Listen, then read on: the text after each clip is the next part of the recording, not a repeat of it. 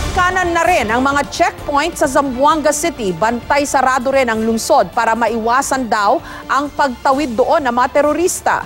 Live mula sa Zamboanga City, may report si Mark Zambrano. Mark?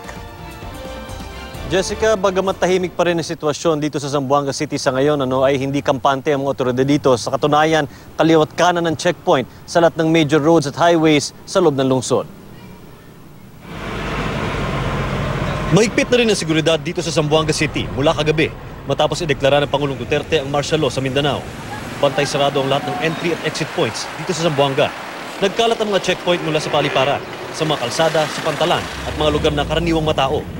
Ang mga tinted na sasakyan, pinapahinto, pinabubuksan ng bintana, mahigpit na chinecheck. Pero ayon sa Task Force Zamboanga, wala pang matinding militarization dito. Ang local government unit pa rin daw ang namamahala sa planong pansiguridad sa lungsod ayon sa Western Mindanao Command.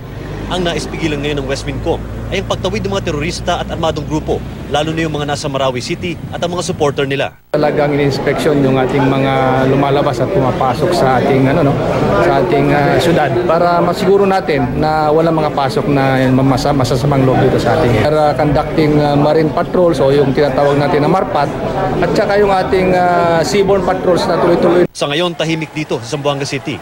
Patuloy yung normal na pamumuhay at walang itinigil matapos ang deklarasyon ng martial law. Kalmado ang mga residente, bagamat sinabihan na silang maging mas maingat at mapagmatsyag.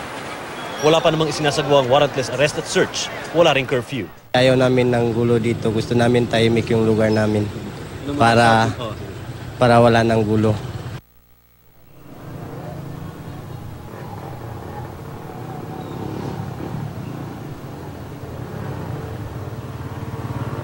Jessica, 98 in total ang barangay dito sa Zamboanga. Kaya sinabi ng West Mincom na crucial daw sa pagpapanatili ng katahimikan dito sa lugar na to ay yung cooperation ng lahat ng miyembro ng barangay, lahat ng miyembro ng 98 barangay sa to para masigurong lahat ng mga kahina-hinalang aktibidad ay mapapansin at mabibigyan ng kaukulang action dito para hindi nga makapasok dito yung mga lawless elements na sinasabi nilang posibleng mangyaring tumawid mula sa Marawi City, Jessica. Mark, nandyan sa Zamboanga yung headquarters ng West Mincom, yung Western Mindanao Command, na siyang nagdidirect o nagsusupervise ng lahat ng tropa ng militar sa Mindanao. Any info kung bakit may mga tausug at yakan speaking daw doon sa mga lumusob sa Marawi, Mark? Jessica, wala pa tayong info about dyan sa mga tausug at yung mga sinasabi mo. Pero according sa kanila ay nagdagdag na daw sila ng puwersa. Hindi lang dito sa loob ng Zamboanga, kundi pati yung mga added forces na ilalabas patungo sa Marawi. Tulong-tulong na ito, Jessica.